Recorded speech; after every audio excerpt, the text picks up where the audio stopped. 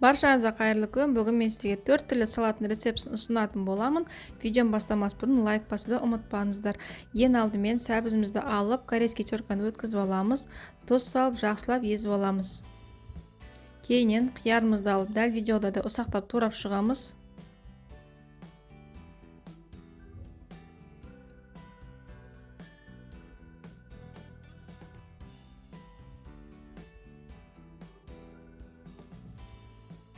Болгар бұрышымызды екіге бөліп, ортасында ақты алып тастап, ұсақтап соломкаға турап шығамыз.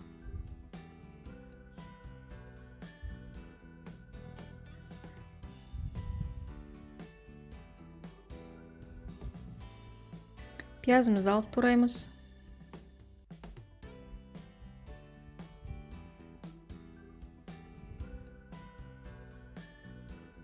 Етімізді тураймыз.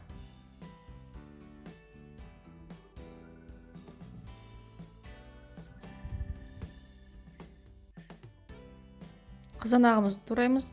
Бірақ бұл қызанақты әзірше барлық салаттың үстіне салмаймыз, соғы шығып кетпес үшін. Енді сәбізімізді салаттың үстіне салып, сарымсақты салып, қызыл бұрышты қызып тұрмайды үстіне құямыз. Барлығын жақсылап араластырамыз. Қызанағымызды, зеленді, брокколиді салып, соя тұздығын құйып, дәміне қарай тұзды салып, барлығын жақсылап араластырып, ең соңында аздап жарты қасықта уксус құямыз. Тағы да араластырамыз. Салатымыз дайын. Өте ерекше дәмді салаттардың бірі. Міндетті түрде осы рецепт бойынша дайындап көріңіздер.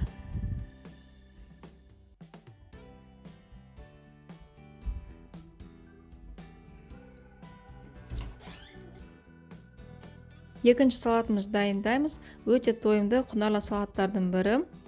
Салатымызды бастамас бұрын ең алдымен тұздығымызды дайындап аламыз. Ол үшін майонездің үстіне тұз, қара бұрыш, лимон согын, жарты ас қасы горчица. Жақсылап барлығын араластырамыз. Ең соңында үкіштен сарымсақты өткіземіз. Соусымыз дайын. Енді салатымызға кірісеміз. Ең алдымен қайнатылған етімізді дәл осылай қолымызбен үгітіп шығамыз. Менде мұнда сиырдың еті.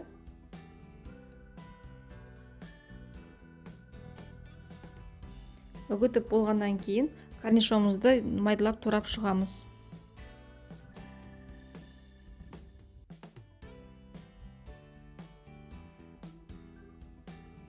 Турап болғаннан кейін үкіштен жұмыртқамызды өткіземіз.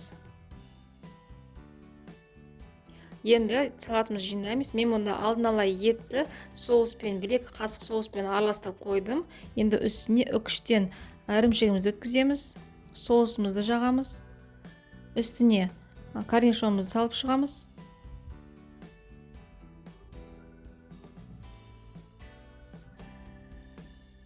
Тағы да соусымызды құямыз.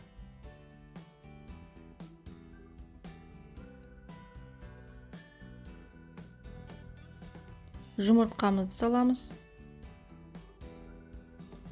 Тағы да соусымызды жағып, бетіне жағып шығамыз.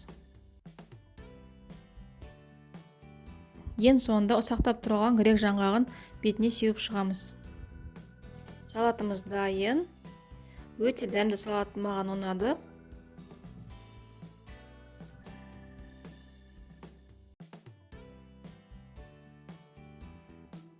Үшінші салатымызда өте ерекше салаттардың бірі. Острый салат по-корейски с мясом деп аталады.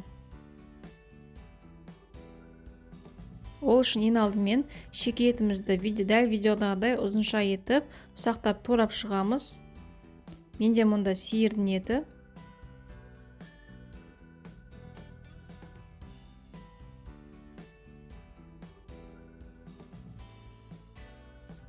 Турап болғаннан кейін бұл етімізді маринадтаймыз.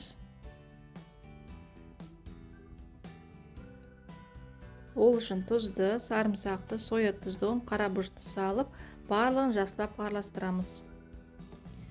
жарты сағатқа маринадқа қойып қоямыз. Кейін маринадлап болғаннан кейін табамызға майымызды құйып жақсылап қуырып аламыз.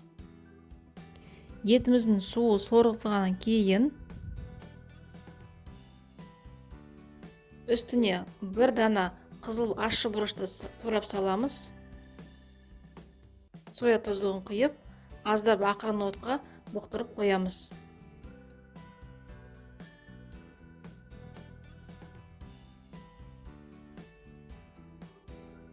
Етіміз бұқтырылып жатқан кезде болгар бұрышын алып, ортасында ақты алып тастап, ұсақтап, ұзынша етіп турап шығамыз.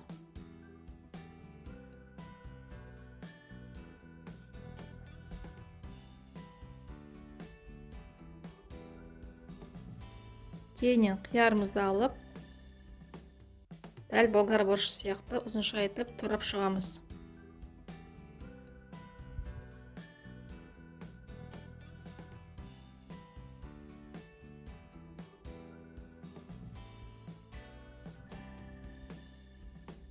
Қызанағымызды алып, ортасындағы мякотін алып тастаймыз.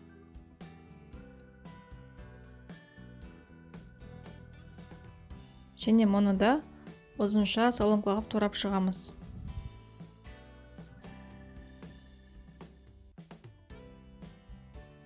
Етіміз дайын. Дайын болған етімізді салатымыздың үстіне саламыз. Соя тұздығын құйып, дәміне қарай тұзды, көк шөбімізді салып, барлығын жақсылап араластырамыз. Салатымыз дайын.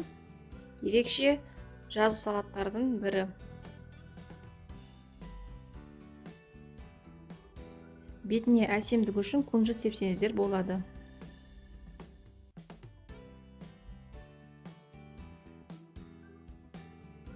Төртінші салатымызды дайындаймыз. Бұл грузиндердің Тбилиси деп аталатын салаты. Ол үшін ең алдымен қайнатылған сиыр етімізді дәл видеода ұсақтап етіп ұзынша тураймыз. Кейіннен болгар бұрышын бөліктерге бөліп, ортасындағы ақты кесіп тастап, бұны да соломкаға тураймыз.